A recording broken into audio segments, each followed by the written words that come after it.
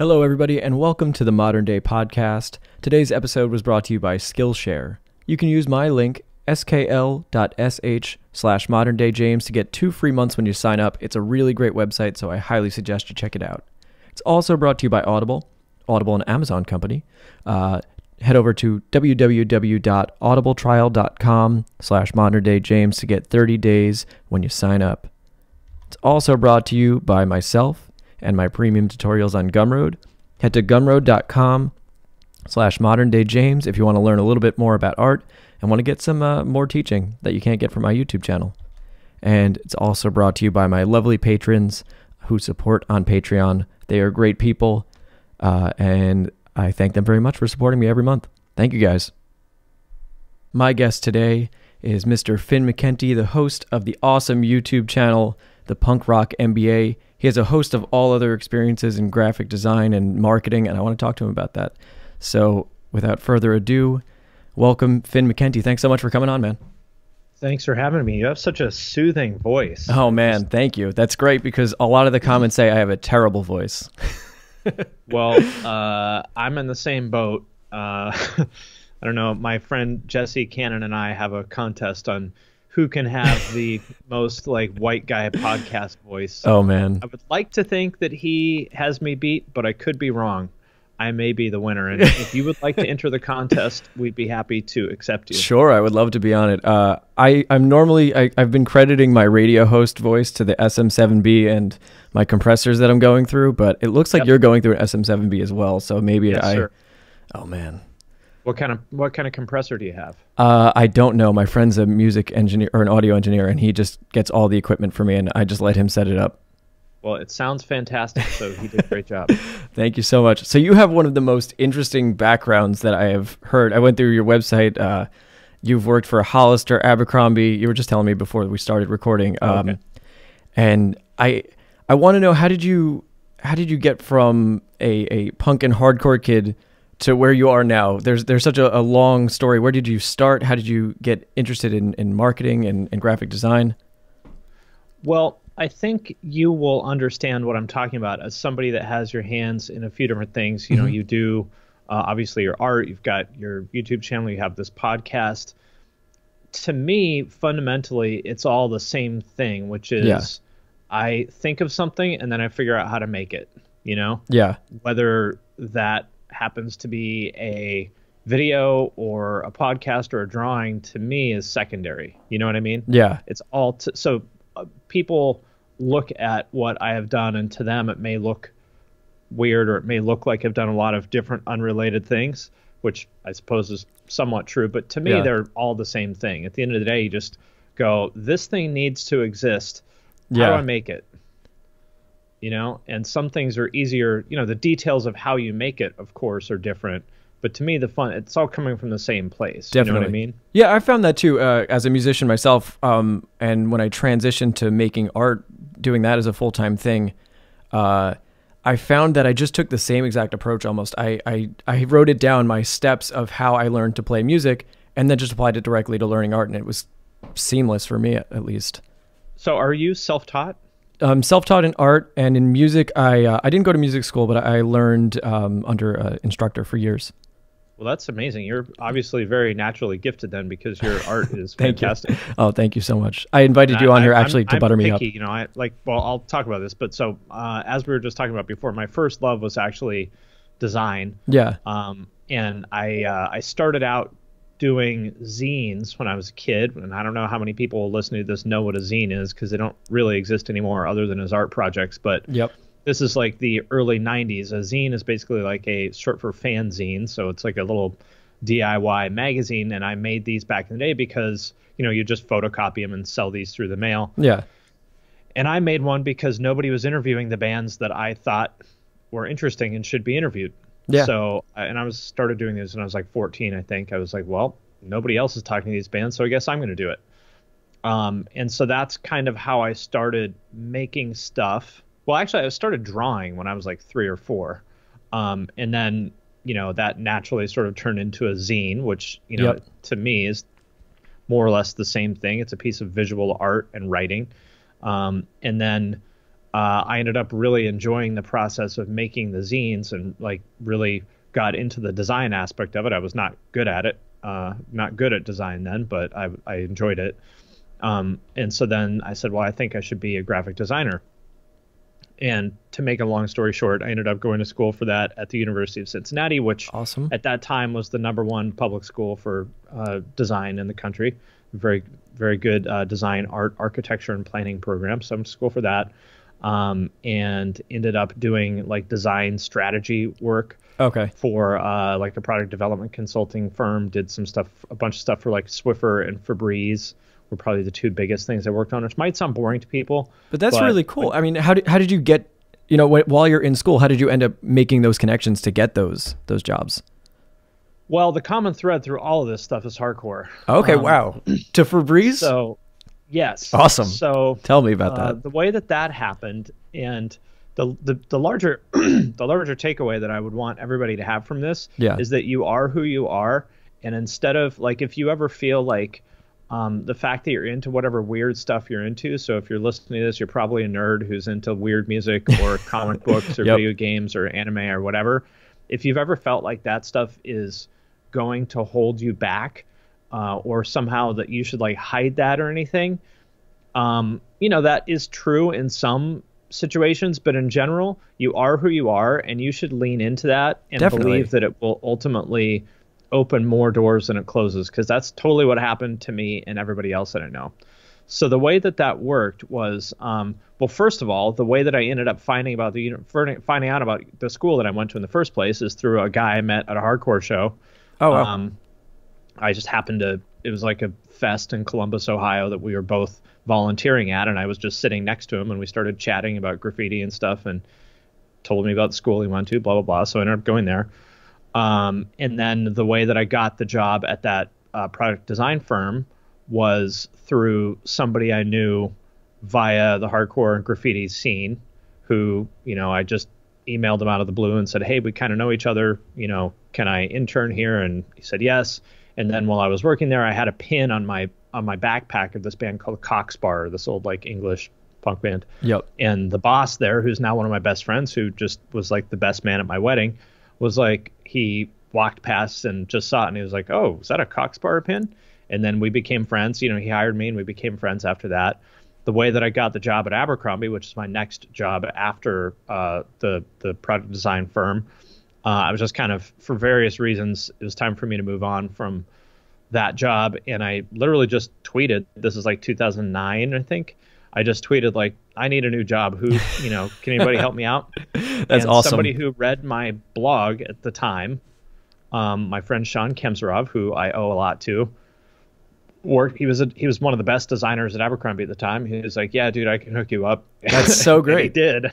That's all. I mean, there's amazing, because it's actually really hard to get hired there. Yeah, I'm sure. They're really selective. At the home office, this is different from the store, of course. Okay. So I designed, I don't know, 300, 500 or something shirts like for Hollister. And then I moved into a marketing role there when this is like 2011 or 12, when we were very aggressively opening flagships in like Europe and in Asia. So I worked on a lot of that stuff. Spent a bunch of time over in Asia over at paper bag factories, which again sounds boring, but when you consider still really cool. Yeah, I mean, they're printing tens of millions of these things that have to get distributed all over the world, and I was going to the factory to like sign off on the quality assurance side of things, basically. And now I work for a company called URM Academy, which is what we like to say is the world's best online school for rock and metal producers. Basically, the way our main product is something that if you're a producer, you've probably seen it. It's called Nail the Mix. Every month we give you the actual multi-tracks from a real band's album. Like we've had like A Day to Remember, Periphery, Meshuggah, Gojira, Opeth, Lamb of God. Many of my favorite bands.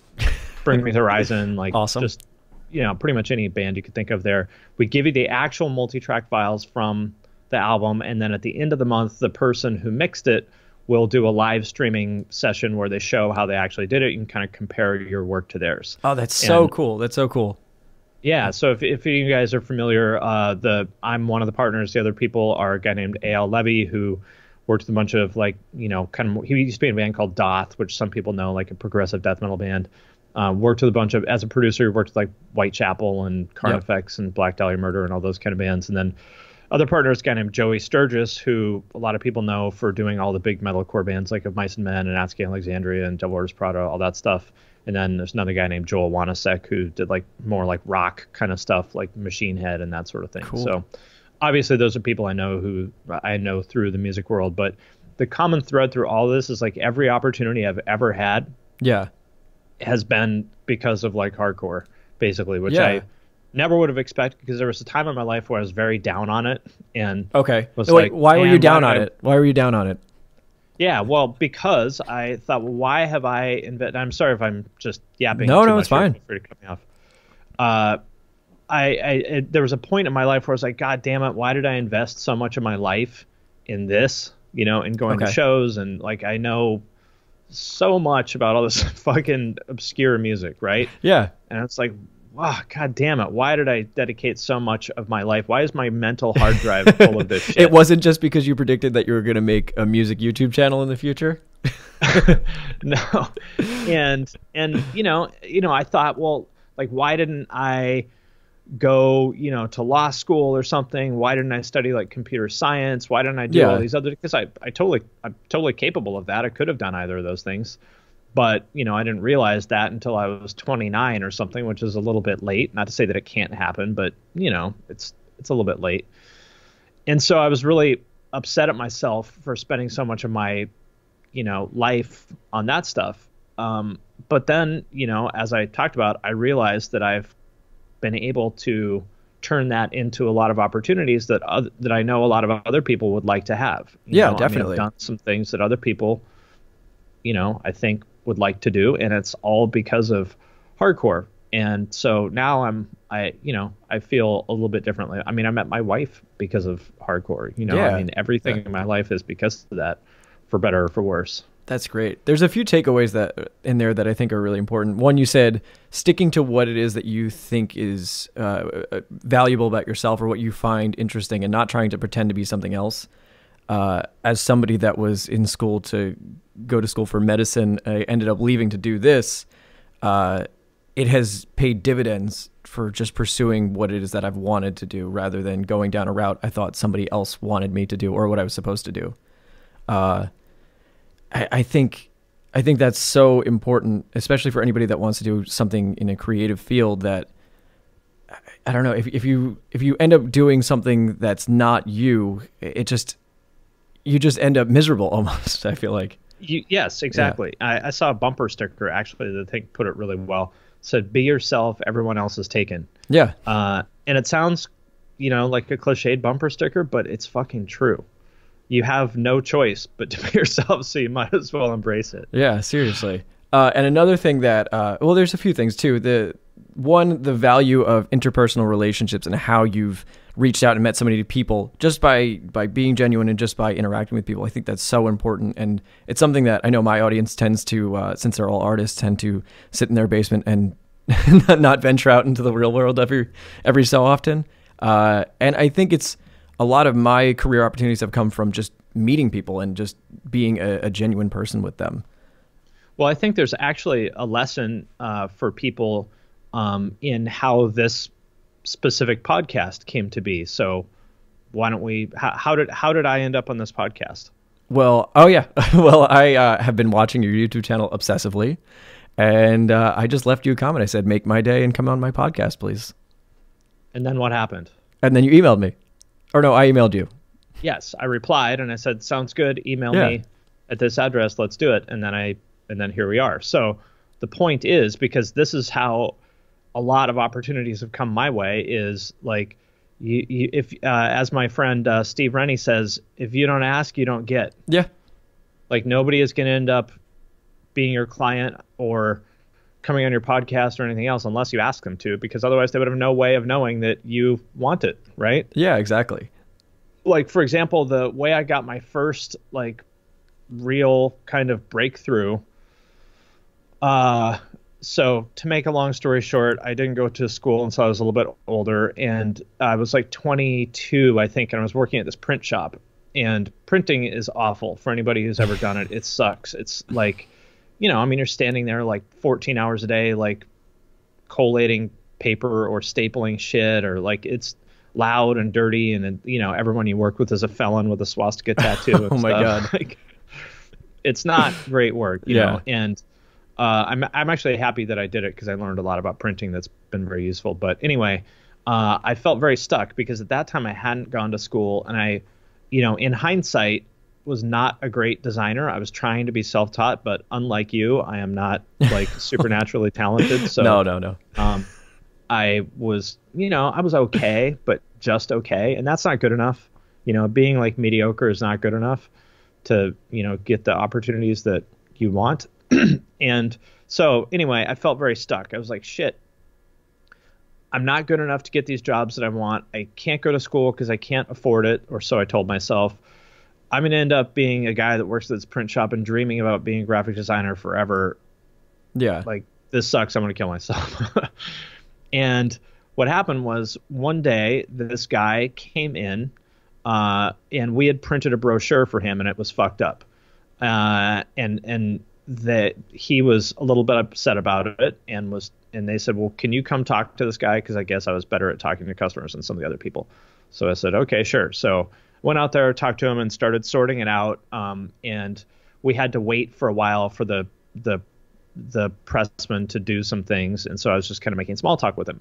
He owned an advertising. This is 2002. Okay. He owned an advertising agency at the time, or maybe 2001. I don't know. But he owned an advertising agency at the time, and they were doing some cool stuff for like Nike and Nintendo and Red Bull and some other, cool clients like that. And he seemed like a cool guy. He wasn't that much older than me. And for any of you guys who may know him, he's a photographer named Chase Jarvis, who ended up founding a company I worked for before called Creative Live, which some of you guys will know. If you're into photography, you're probably familiar with Creative Live. But anyway, so that's how I met him. And I had like just kind of, talked to him for maybe half an hour or something like that. And I felt like, it's like, this guy seems pretty cool. So I called him later that day and I said, hey, we talked earlier at the print shop. I know this is crazy, but it sounds like you're doing some cool stuff. Is there any way that I could, intern or work part-time for you guys or anything like that?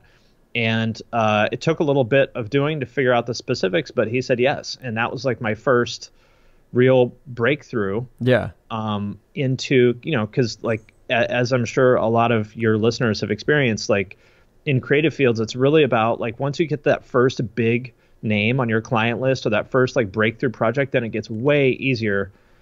Definitely. The first yes is the hardest one. Once you get that, the rest of them become it's a lot impossible at first. Sometimes I felt like it was impossible when I was trying to get my first in to the art community. It's very difficult. Any creative field, be it music, art. Tell me how you did it. Well, I knew that from music that social media was going to be really crucial to what I was doing. So I made a commitment to myself. I said, okay, for an entire year, I'm going to make a sketch every single day and I'll put it on Instagram. And then eventually I went over to YouTube because I had some experience with YouTube. The first year it came out, I used to put out guitar videos. And I was like, well, it worked back then for music, so let me try this. And I made the same commitment. I said, every week I'm going to put out a single video and it's going to be on something that I want to learn. And usually for me, since I was learning art, I said, let me pick something that's out of my comfort zone and I'll try to make a tutorial on it. Probably a bad idea in hindsight because I'm teaching. I might not necessarily know the thing when I'm teaching it, but that was the sort of mission statement. And I was pretty shameless about self-promotion because back in the day with music, you had to do the same thing. I was telling my girlfriend recently when we used to put out music, we would walk around the mall with a iPod and we would ask people to listen to music, or we'd be like, hey, do you like music? And we just share it. So I said, you know what, I'm going to do the same thing. I'd head over to Facebook and post links to my videos on associated Facebook groups, like any of the art groups. I still do it to this day. And that started to pick up steam with the YouTube channel and everything. And then from there, I was doing a video a week plus 3 live streams every week. And one of the big artists in the entertainment industry, his name is John Park. He's worked on all the Avatar movies. Crazy, one of my favorite artists. He ended up hopping on the live stream and we chatted, and then he offered me a job and I headed out to California. Amazing. Well, so the common thread to me between both of those is you have to put yourself out there, Yeah. and you have to like make your intentions clear. You have to tell people, this is who I am, this is what I want to do. Help. Yeah, You know? definitely. I mean, it sounds stupid, but I see so many people who, you know, want this thing, but they're not actually doing anything to close the gap. You know, Yeah. they're just like sitting at home making stuff and not telling anybody about it. That's true. Yeah. Not asking for the jobs that they want, or not trying to get in front of the clients they want to work with. And I think mostly probably because of fear, which is understandable because it is scary. But you got to put yourself out there. You have to ask for what you want. Like, it's that simple. And Yeah. you're going to hear no more often than you hear yes. But it's really, if anybody out there is listening who is frustrated because they have some goal that they haven't reached, like, just understand that if you keep asking for what you want enough times, eventually somebody will say yes. I mean, it's just mathematically certain. Yeah. It's not, you will not get an infinite amount of no's. Yeah, and So I've met a lot of highly skilled people that don't get those opportunities because they don't take the time to put themselves out there, and you kind of exactly. have to, yeah. How would it, if you're in a vacuum, especially now, Yeah. you know, when there's people are just drowning in content, and there's so many incredibly skilled people out there, how in the world would anybody find you to hire you or work with you or whatever if you're not putting yourself out there? And if it feels gross to, you know, promote yourself, I think that's something you just have to get over. Yeah, You know, I like, think so. oh man, I hate like, I feel like an asshole posting my stuff in all these art groups. Well, I don't know what to tell you, you know? Yeah, I'm always of the mindset that if you're proud of the product, then you shouldn't really feel ashamed of putting it out there, because then why else did you make it? Yeah, and even if you aren't necessarily proud of it yet, because I mean, I think one thing is most creators probably hate everything that they make. I know I do. Yes, we do. Yeah, there's no way that you can't get rid of that feeling. I don't think. No, or at least I don't like it until maybe 6 months or a year later when Yep. I look at it again. I'm like, you know what? Actually, maybe that wasn't garbage. Yeah. But yeah, I mean, I guess the big takeaway for all this to me is like, you've got to put yourself out there. You have to just ask for it. It's not going to fall on your lap. Yep. And so if you are one of these people listening to this show thinking, oh man, I wish X or Y, like, just ask yourself, did you do literally everything you possibly could do to make that happen? And if you did, great, keep doing Yeah. it. Eventually it will happen. And if not, well, you know what you got to do. Yeah. Now, how did you transition to making your YouTube channel, which has been a real big source of entertainment for me? How did you end up transitioning to that? Transitioning in what way? Well, not necessarily transitioning, but I guess what was the impetus, or why did you start doing the YouTube channel? Well, I'm going to borrow a turn of phrase from Gary Vaynerchuk here, as I often do. You know, I have criticisms of him like probably a lot of other people do, but he's right about a lot of shit. Yeah. One of which is that if you don't have an internet following in 2019, you don't exist. And I've just always enjoyed the part of, I mean, even going back to zines when I was 14 in 1992, I've always enjoyed the part of the thing of like putting content out there and talking about it with people. You know, back then I would write letters, which is crazy, but Awesome. I just enjoy that. I guess it's like the community building Yeah, part definitely. of it. Like I don't want to just put something, and this is why I like YouTube especially. I don't want to just put something out there. I want it to be a two-way conversation between me and the audience, and I view myself as just one participant in that conversation, not like the person up on top. But anyway, so I did zines when I was a kid, and then I blogged for probably about 10 years when that was kind of the best way to do that thing. And then I realized, so I had a couple pretty popular blogs for a while. I wrote for Metal Sucks for a long time, which was one of the biggest metal sites. I was probably their most popular writer for a long time. Awesome. And then, you know, probably around 2015 or so, it became apparent that text on the internet, you know, is just not a thing anymore, you know, or at least it's not. If you want to build a following and an audience, text is not the way to do it. Yeah. And So the question is, well, okay, where do I do it? Basically Instagram and YouTube would be the places to do it. I'm not attractive enough or rich enough like that my life is that cool on Instagram.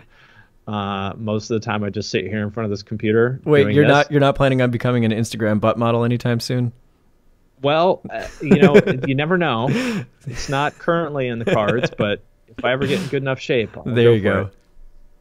So I said, well, I guess YouTube is the place to do it. And I've made videos for years. I used to make videos for this like action sports and music publication like 15 years ago called Flow. Okay, awesome. Which some people might know. So we did stuff with like Quicksilver and Element and DC and Rockstar and all those kind of brands. So I know how to make videos. And I said, well, I guess I should do it on YouTube. And it took some figuring out. So again, for anybody who's listening that may be, unhappy with the results they're getting with whatever they're doing, I've had the channel for a little over a year now, a year and 3 months or something like that. I currently have like 73,000 subscribers, but I didn't get shit for like the first 9 months. Nobody watched. I would get 100 views on a video. I would get 1 subscriber a day if I was lucky. Literally 1. It's grueling at first. It's grueling at first. It's horrible. Yeah. It sucks. But I kept at it, and I kept trying different things. I think that's an important takeaway, is you don't want to necessarily throw shit at a wall and see what sticks, but there is some element of that. Definitely. Like if what you're doing isn't getting traction, then try iterating on it in small ways. Like maybe don't do 100, don't do a 180 necessarily, although maybe you should, but try iterating on stuff. And anyway, eventually I found the formula that worked, which is what I do now, which is essentially do my best to explain why people like what they like in terms of music. And as soon as I figured that out, it clicked, and I got like 20,000 subscribers in a month. And then ever since then, I've gotten a few hundred a day, which for me is great. Yeah, I mean, it's great now. It's off to the races.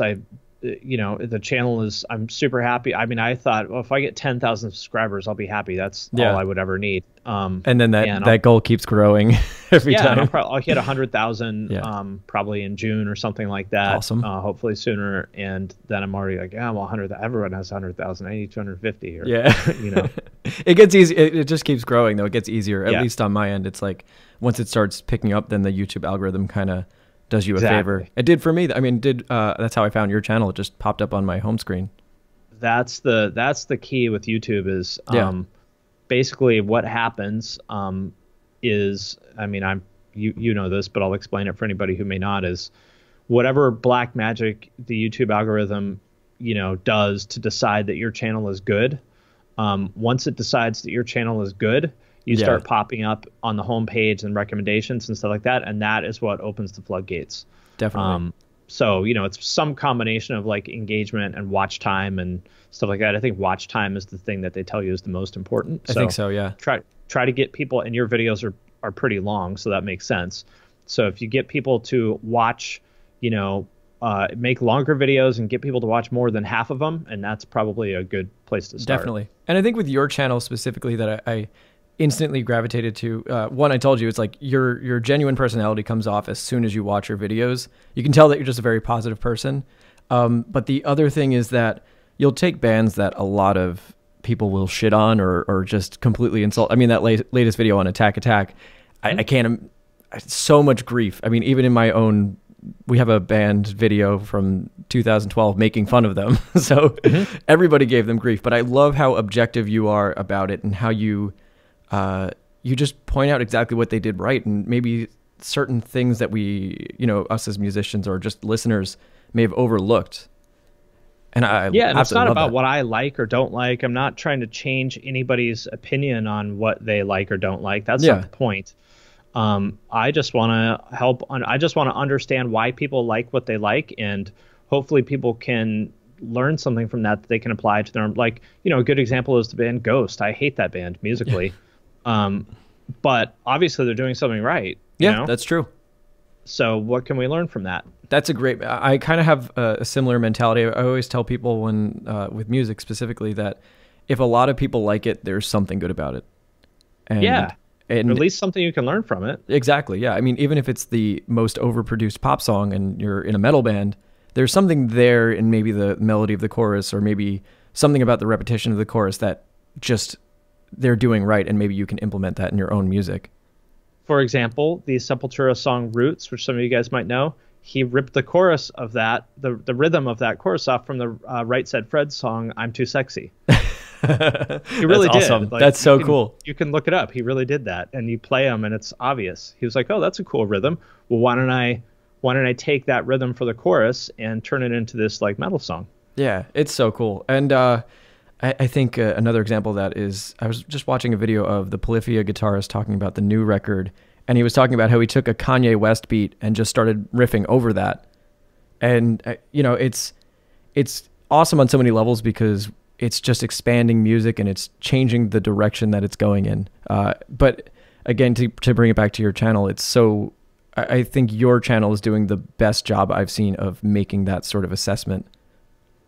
Well, my goal really is to, I don't know, maybe this is like self-important or something, but I would like to help people break out of dogmatic thinking. Yeah. Because it's funny that you would call me a positive person, because I was super not that for a very, very, very long time. I was a very negative person for a long time until I realized it was holding me back. Yeah.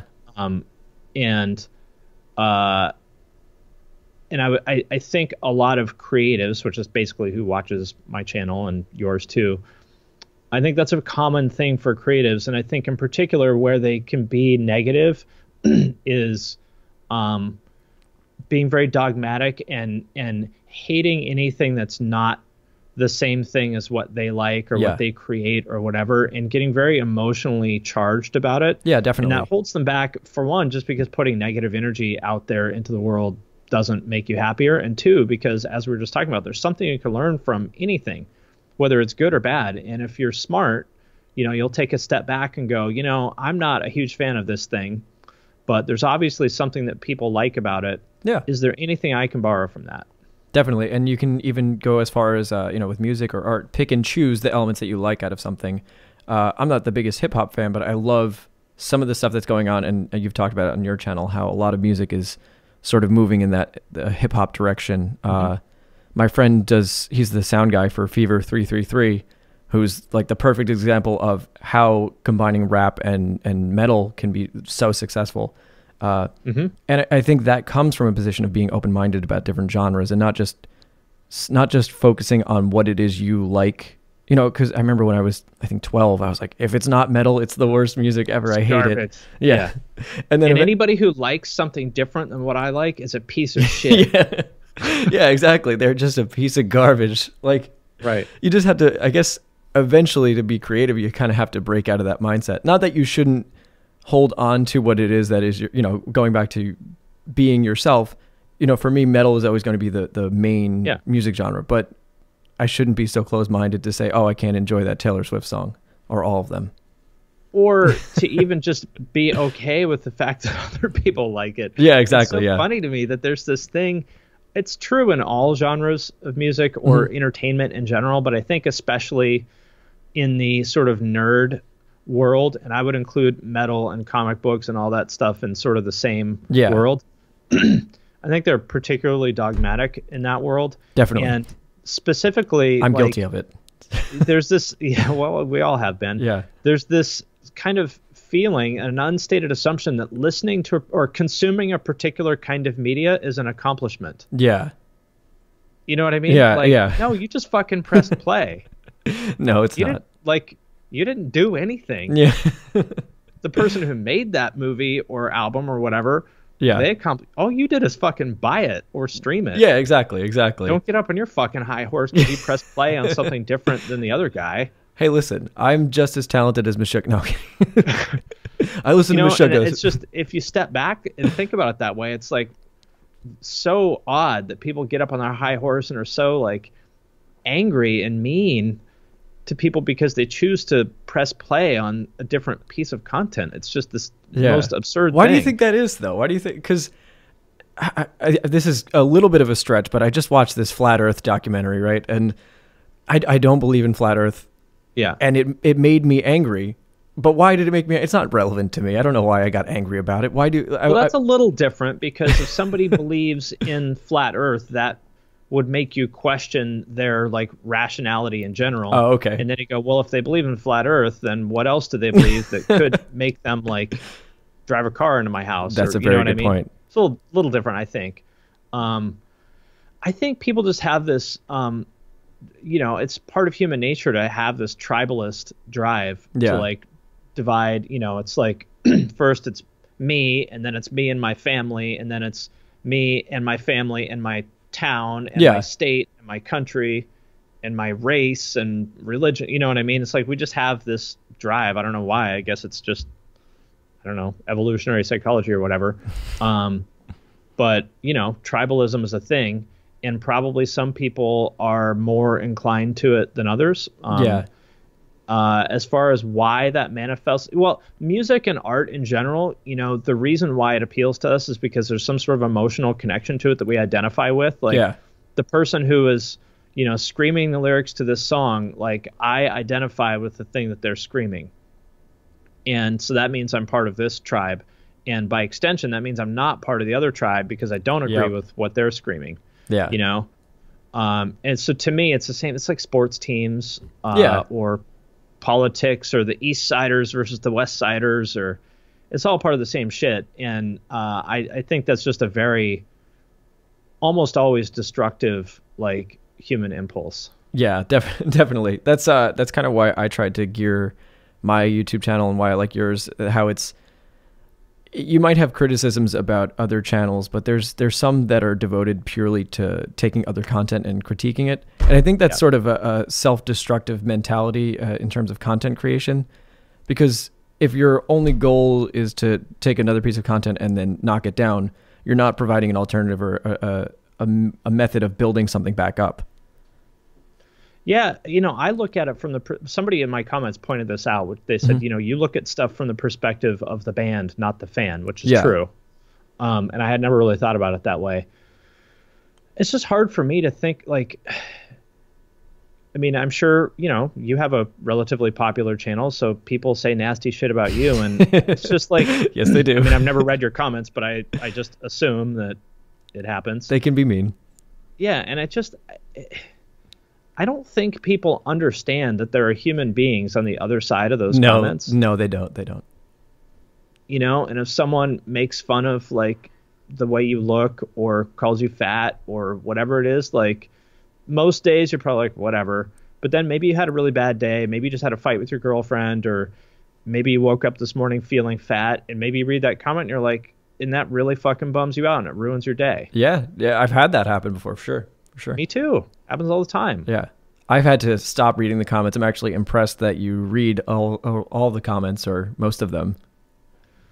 Well, I mean, I enjoy the dialogue part of it. Yeah. And I also know, because I've been doing this kind of community building stuff for a long time, I know that you can shape the direction of that community by what you put out. And so to your point earlier, if what you put out is like trying to take down others, then you're going to get that same energy back. Yeah, that's a good point. That's a very good point. And I obviously don't do that. I may occasionally be critical, but even that, I try not to do that. Not because... So for anybody watching who hasn't, or listening who hasn't seen my channel, like I oftentimes talk about why do people like this band, or how did this band get popular? And occasionally I'll be critical, but I steer clear of that, not because there aren't legitimate criticisms to be made. It's just because, like you said, 95% of the internet is that. Yeah, exactly. It's not that those aren't valid criticisms. It's just they've been said. I don't think it adds anything for me to say it again. Yeah. To be like, oh, the St. Anger sucks. Yeah, no shit. You know what I mean? Exactly. It's the same as all the outrage culture stuff. Yeah. With politics. It's like, did you hear what this person said? Did you hear what that person said? It's so, I can't believe he said that. I can't believe she. It's like, yeah, everyone in the fucking brain knows that was an obnoxious, stupid thing to say. Yeah. Do we need 75 people on YouTube like ranting about it? Like, no, we just go, well, that was fucking dumb, and move on. And that's kind of how I look at it with talking about bands or anything else. It's like there's just usually no need to say the critical thing. Yeah, definitely. And I know that here's another thing for people to know. If you have any kind of platform, or maybe even if you don't, if you talk about someone on the internet, there's a very, very good chance that they'll see it. Yeah, that's true. I know that probably almost every single person I've talked about in my videos has seen them. And, when you think about it that way, it really changes the way that, I never want to, I would never lie or, what's the right way to say it? I would never lie or misrepresent my opinion, but I know that if the drummer of this band is going to watch this, which is very likely, then I'm not going to say this guy's a fucking horrible drummer. Exactly. You're not because I would feel bad. I wouldn't want to say that to his face. And also I use my real name for a reason. Yeah. Because that makes me more accountable. I think that's true. There is no accountability on the internet, unfortunately, but and that's why I use my real name, because I want people to know that I said this. Yeah. It's my name and my face that I said this. There's no hiding behind it. So if I think someone was not the right drummer for the band, I might say, hey, with all due respect to him, I don't think that his drumming was as good as the following guy. Here's why. Yeah. And honestly, I'm sure that guy might not be stoked to hear that, but I think that's a reasonable opinion. And if he asked me about it, I'd say, it's just my opinion, man. Yeah. Honestly, all your criticisms have come off very positive, and it doesn't seem like you're trying to attack anybody. Now, I know you're kind of in a rush, so I don't want to keep you for too long. Is the scene revival going to happen, and is Green Monster merch going to make a comeback? I honestly, I'm sort of. So for anyone who's listening, I'm talking about all the MySpace kind of bands of 2008, 2009. With the swoopy hair and the the neon skinny jeans and the cartoon monster T-shirts and all that stuff, and I do it's definitely coming back to some extent. These revivals never come back in exactly the same way. They'll come back in a slightly different form, but it's definitely coming back. As one example, A Day to Remember just announced a new tour, and the flyer totally looks like something from 2009. Yes. Guy named Mike Cortada, who does a lot of that artwork, who did it back in the day too. He's awesome. But I think it's going to happen for sure. Nostalgia is a powerful thing. The kids who were 13 or 14, back then on MySpace are now 23 or 24, which was like prime age for, driving culture. So, people love their nostalgia. Everything. Here's another thing to take away. Every single thing that you think is garbage now will be considered like a nostalgic classic in 10 years from now. Every single fucking thing. That's so true. You name it. As one example that I've talked about before, Limp Bizkit now. People it's acceptable to like Limp Bizkit now, which was totally not the case. Yeah, pretty much all of nu metal has come back with a newfound respect. Even for myself, I used to hate nu metal so much, and now I'm like, it's actually pretty good sometimes. Exactly. Yeah. So, so the big lesson is you should like what you like. The idea of guilty pleasures is stupid. Yeah. Consuming media is not an accomplishment, and we should not be proud of it, nor should we, put down other people for it. We're all just human beings, and what you choose to press play on is not that big of a fucking deal. Yeah. And be sure to put yourself out there. It always pays off. 100%. It may not pay off tomorrow. It might take a little bit longer than you want, and it might not be the way that you thought it would, but it will 100% of the time pay off if you keep putting yourself out there. Yeah. All right, Finn, thank you so much for coming on. I hope to get to talk to you again in the future. It's been awesome chatting with you. For sure. Anytime. Thanks a lot. All right. Thanks so much, man. Yeah. Bye.